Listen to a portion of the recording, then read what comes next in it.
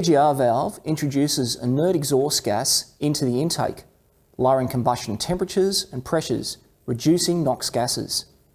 This is all okay while the system is working, but when it fails, where do we start? Common EGR position sensors use potentiometers, which modify a supplied voltage based on a sweep arm position. But more and more manufacturers are now using a contactless inductive position sensor. The output of these sensors is similar to a potentiometer type.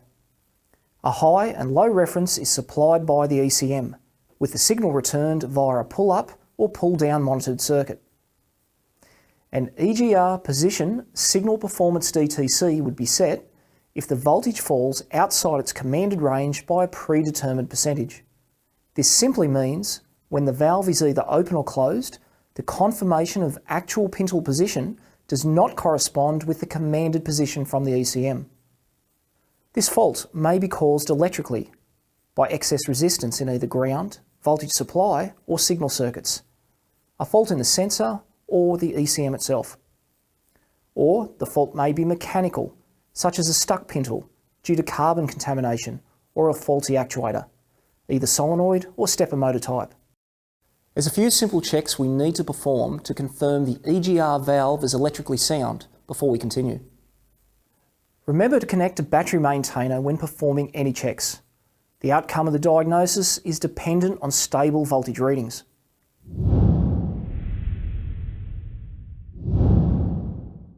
If the vehicle supports it, using a scan tool, we can navigate to the Functions or Activations menu and observe the closed data parameters of the EGR system. We can see on this vehicle the ECM is commanding the valve closed, hence the commanded duty cycle at 0%. Although, we can see the actual position is sitting at 13% open. This is also reflected in the expected voltage and actual feedback voltage. The feedback is over twice the expected value. Again, we have an error of 12% recorded, so this is why the DTC has been set. Let's command the valve open and watch the display. We can see that at 100% commanded, the EGR position is sitting at 97% with 0% error. So this tells us the EGR is opening as it should. The data indicates that although the ECM wants to close the valve, something may be preventing it. Some vehicles may have learned EGR stop positions. These are similar to fuel trims, where the ECM can compensate for changes in the mechanical environment. Question the customer about this fault. Has this fault been addressed before? It's possible an EGR has been replaced and the closed position or learned values have not been reset. Be sure to follow all scan tool prompts when performing this procedure. Older vehicles may require us to simply disconnect the battery for a period of time to perform this reset procedure. Our next step in the process is determining if the cause of the incorrect data is electrical or mechanical in nature.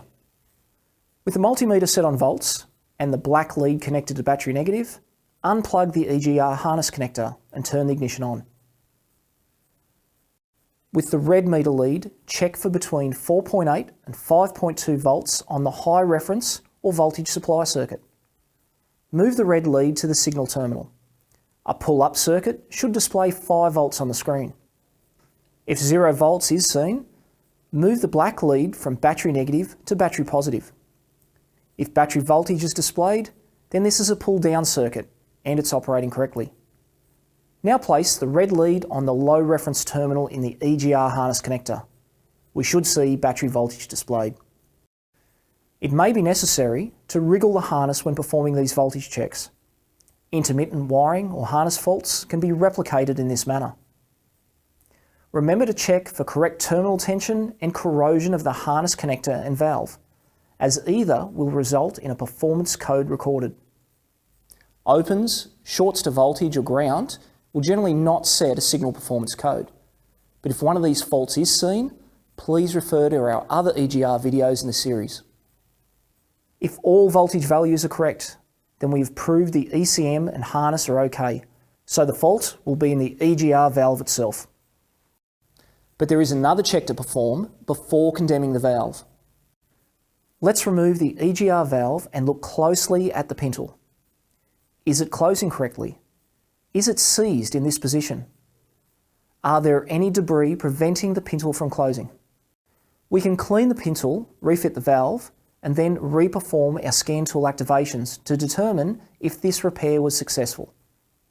If not, we can safely condemn the valve, having proved the fault is in the position sensor.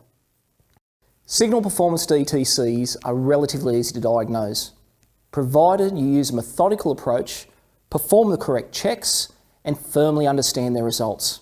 Keep training. Thanks for watching.